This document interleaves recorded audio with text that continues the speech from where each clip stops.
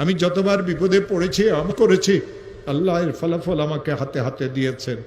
এই পর্যন্ত সারা পৃথিবী থেকে 10 লক্ষের উপরে এই আমল করে যারা আমার কাছে ফোন করে। আফ্রিকা থেকে, আমেরিকা থেকে, লন্ডন থেকে 9 লক্ষের উপরে তো মানুষেরা এই আমলের শেয়ার করেছে।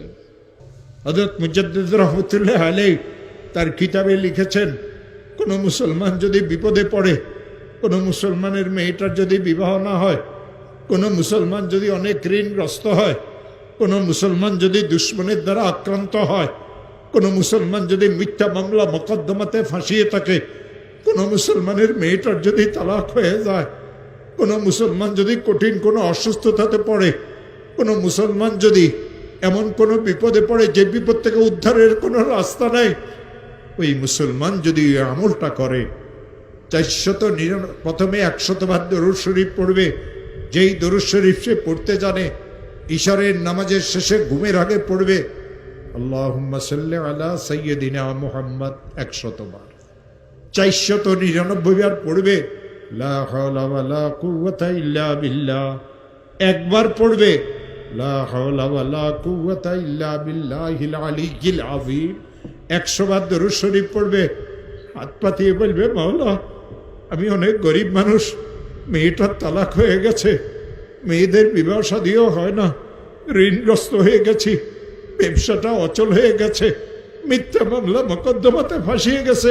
যত কঠিন বিপদে হোক না কেন, যত কঠিন বিপদে পড়ুক না কেন, আমার মাওলা বলেন ওয়া ইয়াত্তাকিল্লাহ ইয়াজআল লাহু মাখরাজা, আমি তার জন্য উদ্ধারের রাস্তা করে দেব।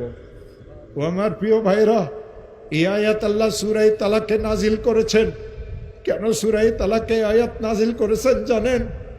ইসলাম ধর্মে সবচেয়ে নিকৃষ্টতম জায়েজ হলো এই তালাক। এই তালাকের কারণে 2টা পরিবার ধ্বংস হয়ে যায়, মাসুম বাচ্চাদের জীবন ধ্বংস হয়ে যায়। এই তালাকের কারণে মানুষদের অবস্থার এমন সৃষ্টি হয় যে সে বর্ণনাও করতে পারে না।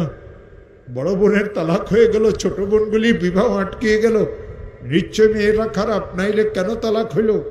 জামাইকে দেখতে তো অনেক ভালো লাগে।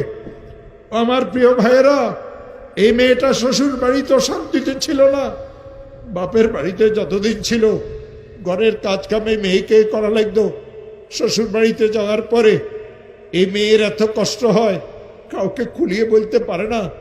বাপ গরিব মানুষ, বাপের কাছেও বলতে পারে না, নীরবে সহ্য করে। যৌতুক নামের এক অভিশাপ মুসলমানদের ঘরে ঘরে ঢুকেছে। ইসলাম ধর্মে যৌতুক হারাম, ইসলাম ধর্মে যৌতুক হারাম। ব্যয় বাড়ির চেয়ার কুর্সি, ব্যয় বাড়ির ডাইনিং টেবিল, ব্যয় বাড়ির থেকে খাট নিয়েন না মুসলমানেরা। শুকুরের গোস্ত, শুকুরের গোস্ত, শুকুরের গোস্ত। যৌতুকের অর্থ আর মাল এই 2টা সমান। ওই মুসলমান যৌতুক দিতে পারে, ওই মুসলমান যৌতুক নিতে পারে যে মুসলমান দাবি করার পরেও শুকুরের গোস্তকে চাবাই চাবাই খাইতে পারে।